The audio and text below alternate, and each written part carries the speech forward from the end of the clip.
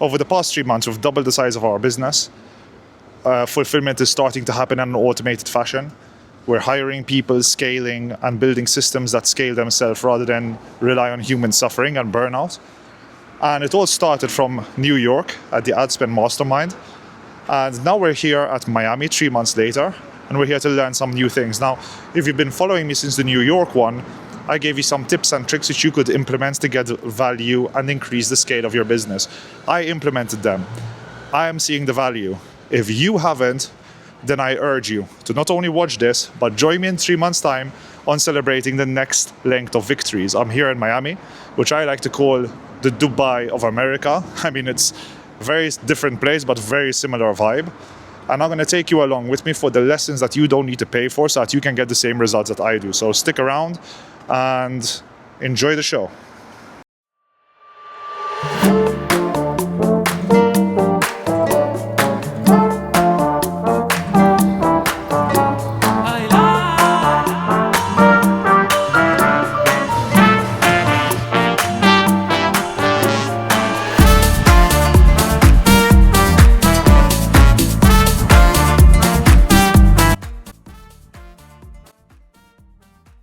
My first experience in the back of a Maybach just yesterday with my friend. So thank you for the intro. So my name is Javi. I've been an entrepreneur for about like 5 to 6 years. I was able to scale my company to 300K per month, and I help the credit and funding industry pretty much scale by implementing, the same strategy to help me scale my company. So I am a Cuban immigrant. I came in a small boat from Cuba, which that's why you're surprised. And I've been here for I think 22 years or so. So living the American dream, yeah. Yeah, so that just goes to show, guys, no matter what you're doing, where you start from, 300K per month, Maybach, nice Patek on the wrist also.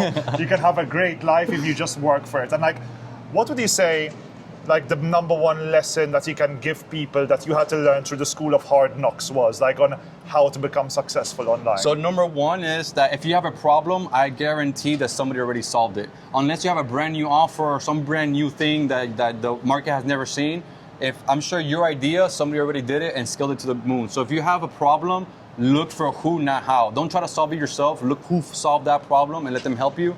That's one of the reasons why I feel like I grew so quick, that I don't mind paying for the solution instead of me figuring it out. So doing this is immensely powerful. Yeah, so a lot of the limiting beliefs that we have, especially in Europe and especially in Malta, is that, I need to work around the clock, I need to solve this myself, I need to put in the hard work. But I agree with you completely. Since I came here in February, I've doubled my revenues. And it didn't come from me working hard, it came from me working hard on the right things. Exactly. Most people think that the more you work, the more you earn, and not necessarily. Yes, you have to work hard, but work hard on the right things. And most of entrepreneurs, we don't know what we don't know. And when somebody looks at you that's already been in that spot, in that position, they can easily tell you what are you doing wrong and where do you focus your energy in. And that's why these masterminds, the coaches and the mentor, which sometimes they get a bad rep, but honestly, I got a return on every single investment I made, so it depends more on the entrepreneur. But yeah, if you have a problem, don't solve it. Just think, there's a great book called Who, Not How, and this is exactly what I'm talking about. If you have a problem in your business, look for who could solve it for you instead of figuring it out yourself. Javier, I mean, before we came out here, it's why do you want to talk to me? Of course I want to talk to you. This is gold, man. Thank you so much. No, I appreciate you, bro. Thank you for having me, man. Great. There you go.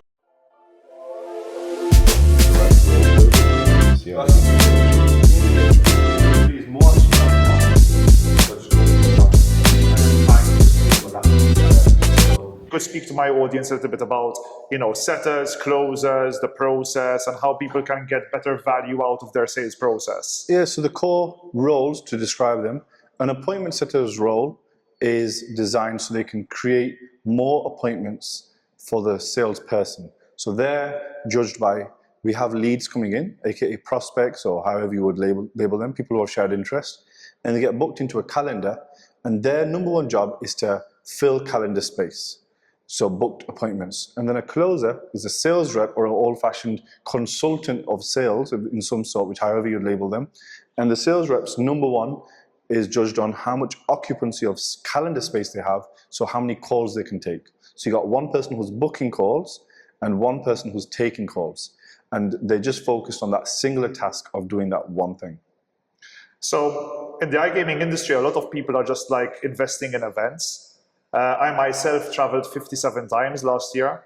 This year, since I met you guys, I've only traveled 5 times, and I've doubled the size of my business. So if you had to, let's say, give some advice to people who are focusing maybe too heavily on the physical aspect and the events aspect, what would that be? So there's 2 types of ways you can get sales. You can get sales with inbound activity or outbound activity. Outbound activity is where you go out and you go and find things, which involves a lot of manual labor, involves you booking flights, involves you going places. Or even outbound in real estate, which was calling out and finding customers. Or in any industry, calling and finding people searching. And you create inbound leads when you create some sort of marketing in terms of Facebook ads, Google ads, YouTube ads, organic content. All of these things make attention and noise to bring leads in, and that's inbound marketing. Your sales team, you could do an outbound sales team, which people call someone on Google, or you can do an inbound sales team where leads come into a system, like a CRM, and then they get called and sold to. So like one question that I asked Usman, which was like an amazing answer, by the way, is if you're going to build up a sales team, should you first learn as a business owner the function of sales and get educated, or should you just hire someone who knows the craft already? And like, how would you know that that person really knows the craft? So it depends who you ask. Let's say you ask a billionaire. Yeah. I need to build a sales team. A billionaire will hire from the top down. So he will hire a world-class sales director and say, go and hire everyone. So he'll go and hire the sales manager, the sales people, because you have money. And now the other side of it is, if you don't have all those resources, you need to go and build it. So you need to go and hire a sales rep who's qualified enough, and you hand him some sort of system to sell for you. So depending on where you are in business, if you're a beginner, you'll probably hire from the bottom up. And if you have a lot of money, you will hire from the top down. Notoriously, when you look at people who have built multiple businesses, they repeat that and they go faster and faster each time in all other industries, is because they have the money to hire from the top down every single time. I've opened another business, I grew it for 10 million. I opened another business, and I grew this for 15 million. Because every single time they're hiring from the top down rather than the bottom up. That's amazing advice. Usman, thank you so much. Thank you. Yeah, let's go have some fun. Really good to meet you, Sean. Yeah, really good to meet you too. And the telephone, they showed up. What was the call? Did she show up and say, hey, there's medical emergency? Oh, hey, my nigga, that's crazy. And this is the complete argument that women should be in the kitchen. This bitch just wasted resources on a motherfucking phone that ain't never coming back. It's like a baby daddy.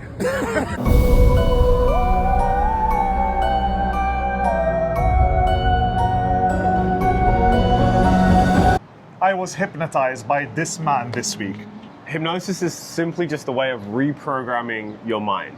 Quite simply, we know that it's what everyone says, 80% mindset, 20% strategy, right? Yeah. So hypnosis is just a way of figuring out, okay, what's the thing actually holding me back? So I think for you it was like fear of failure. Failure, which is 90% of people, by the way, right? Yeah. So if we can remove that or change the relationship with that, suddenly just the whole runway opens. So you can quite literally identify a limiting belief and then just pluck it out of the mind. It's the same way as a computer, right? If a computer has a virus on it, what do? You remove the virus, you get an antivirus and you take it out, and then you update the software. Well, our mind is exactly the same way, so that's how we use hypnosis. Hands held high, raise them up to the sky, never let them low, only thought you should know. Hands held high, raise them up to the sky. To the average person, not some like entrepreneur, but it's harder to find. Yeah, absolutely. Yeah. And the other thing with these style properties that I find now is, I find ones, like in the UK, you've got people got a home-owning mindset, and you've got people that have got like a benefits, or they just want a government-backed home, and there's not enough of these government-backed homes. That's like the Section 8 that I was talking about. Yeah, right? so if you get these tenants in now, they'll rent it for you for 5, 10, 15 years until they can't get the benefits from the government anymore. So can you get them out when the benefits are done, or do you have like squatting? Because we take our law from the UK. You have a problem that when someone goes into a property, you can't kick them out. Yeah, no, one of the best things I ever done is I've got rent insurance. Yeah. In the UK, you pay £20 a month, and it gives you rent insurance. If a tenant stops paying or don't want to move out, you just pass it over to the lawyer. And these lawyers, it's like Joe when you go to a nightclub and there's a massive bouncer on the door. He might be a big teddy bear. He might not be tough, but you're not going to test him because he looks. He looks huge. Yeah. So in the UK, there's so many laws around tenants that most of them know how to play the game. If you send them a section notice to get out your property, they go, yeah, it means nothing. But when it comes from a lawyer, with the headed paper. Yeah, you're like, Yeah, 90% of them now, or probably 99% of them start paying again. yeah. Even In USA, one with AI, and two, if you just hire a specific assistant, it could be a virtual assistant as well, that just deals with that, to takes that barrier away from you, so Yeah. it takes that guard away. So you just look at the end of the month, you go, okay, I had a little bit less money this month because that happened. That Yeah, do you have a coaching program by any chance? Because like there are more of these people watching this right now, and when they're hearing you speak, I'm pretty sure they want to buy it. Yeah, because more of these people are fucking obsessed with property. Yeah. Everyone just invests all of their money into stone. It's insane. Yeah. Sorry, no, not 500x, 5x. oh, Yeah. holy crap. Yeah. In what timeline? Because I'm So about to like- move over like- there. so- Pandemic, because Yeah. the whole country was Everything closed did, except yeah. for Florida. Florida kept the party going. We never closed down. Right. So everybody never was closed. coming here, and now like houses literally like the same house in 2020 will be like 500K. Now that same house is like 1.2. Yeah. I was borrowing money like a mother effer because the interest is like 1%. Yeah. Happy? Oh, Happy? man. Yeah.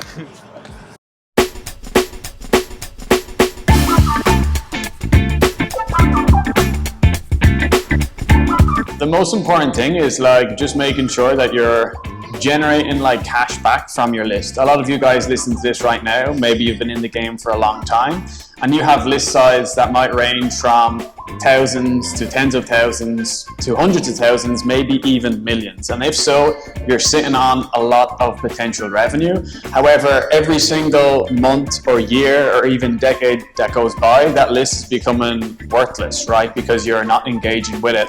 And what you need to think about, like, how can I get these people back engaged, and how can you, like, you don't just want to sell them. And this is the main thing, and this is what we were talking about, is like a lot of people treat email as transactional, because a lot of people use it for business and they think, okay, I just want to try and like push to get money out of it. There's like casinos or online gaming, you can educate people about the new games that are coming, or the new trends that are coming, or the new apps, okay, and different ways like that. You can also educate people about your business or your product or service, and you can talk about the features there as well. That's kind of thing number one. Then you can also do newsletter emails. The goal of these emails is to build relationships with your customers. And then the third type then is pushing people to actually buy your product or service. So this is like, hey, we have this offer, we have this special discount right now, or you can claim your free credits, whatever it is, and then you can leverage that. But you just want to be doing this on a consistent basis, and obviously now you can leverage AI, and you don't want to be spamming people at all. You just want to make sure that you can build a relationship with these people, try and provide some sort of value, give them some sort of energy or something in return, and they will, they'll be top of mind. Then they'll see you in the inbox every single day, every single week, and then this will drive up the revenue then coming from email. So as I stand in front of this church where Forrest Gump was filmed, I think about all of the conversations I've had in the States with business owners who are waiting for SEO results and not getting anything.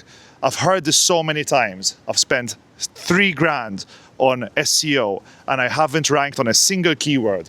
I've spent 12 grand on SEO and I don't have a single lead yet.